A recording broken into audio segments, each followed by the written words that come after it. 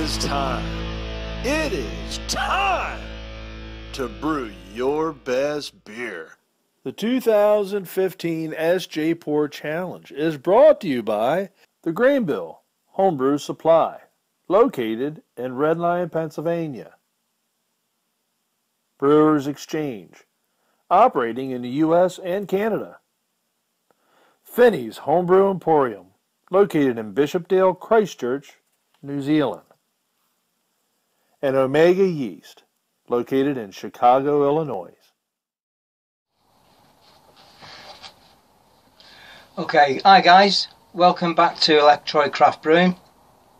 And as I mentioned last time, it's been a couple of weeks now I know, but we've had to give these beers time to get to us from Harry and to sit and settle out. So first of all I want to kick off with this little baby. So it's a raspberry granola breakfast stout, and it's from Paul R.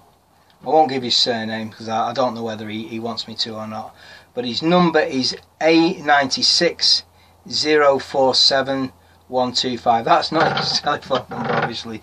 That's his entry number for the SJPorr challenge. So the description is got an ABV of 7%ish, he says. IBU's 26.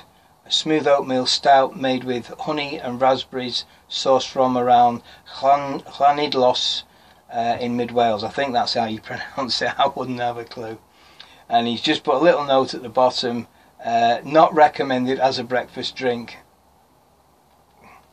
So okay, so he's put on the back there, it's smooth oatmeal stout fermented with honey from the Garfank Aperies near Carno, and he's put a little bit of a website there. Aged with raspberries, handpicked by the brewer and his children, generously donated by Emma Maxwell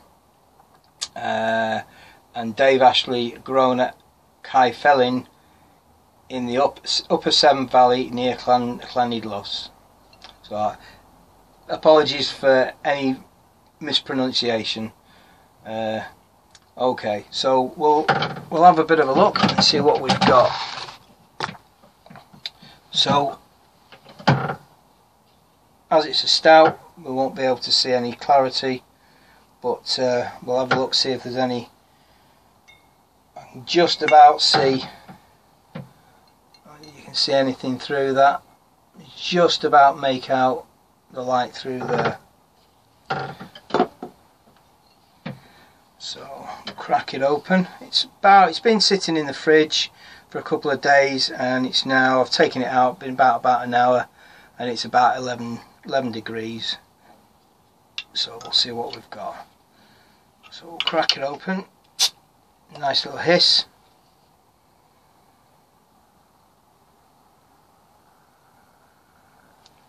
Okay, it's starting to bubble already. It's starting to work its way up, so we'll get it out of the bottle.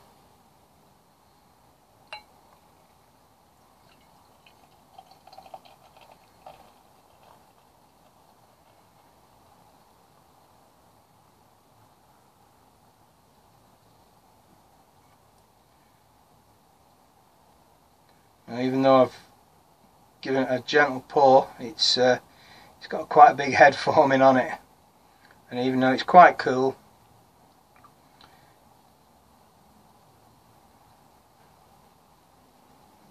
see if we can try and get as much in as we can. Oh,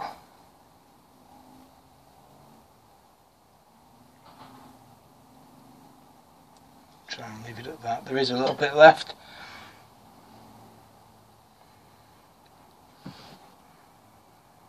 It's actually got quite a sweet smell to it.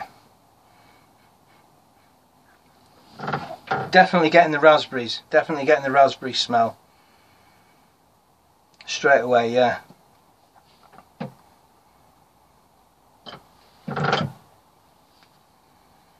I'm not picking up any honey, but I'm definitely getting those raspberries on the. Didn't get anything. Didn't get any raspberries when I opened the bottle, and I had a sniff of the bottleneck. But that was more just an oaty, I would say oaty smell more than anything. So that's probably the granola type smell we're getting it, and probably the oatmeal as well. But now it's in it, definitely, yeah.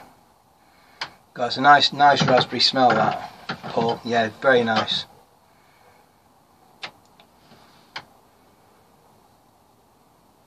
Yeah, it's nice, that. Let's have a try, see what it's like.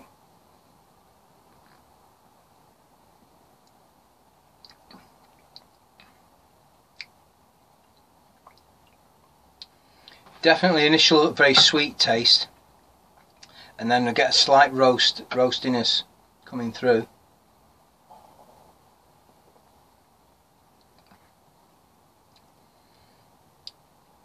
Nice carbonation as well. It's not too fizzy, not too fizzy. I think it's just about nice, that.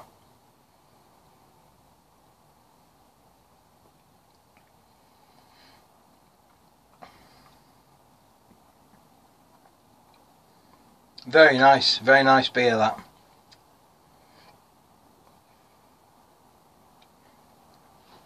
Not getting raspberry flavour, but that's on the nose mainly, on the aroma.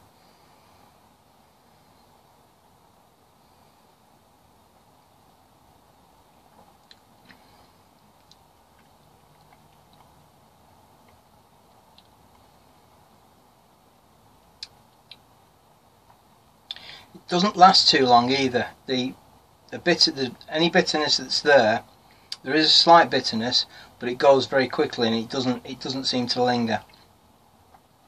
And it does go very quickly. But definitely a very nice beer.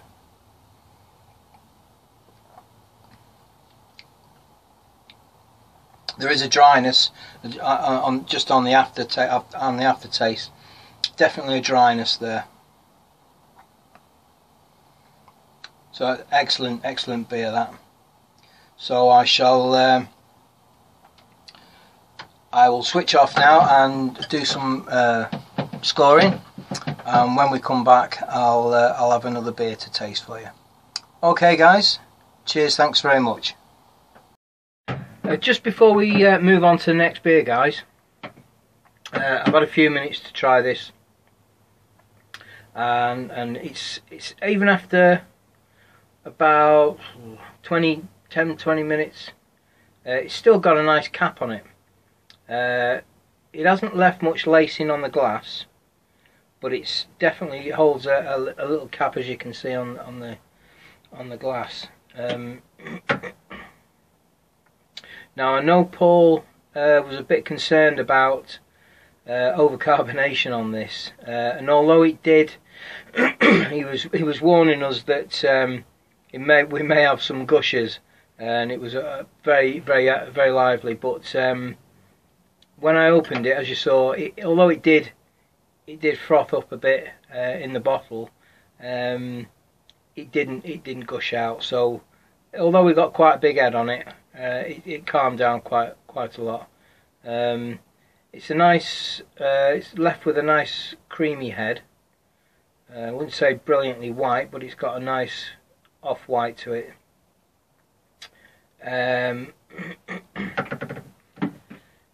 Now I said before, yeah, it has got honey in it.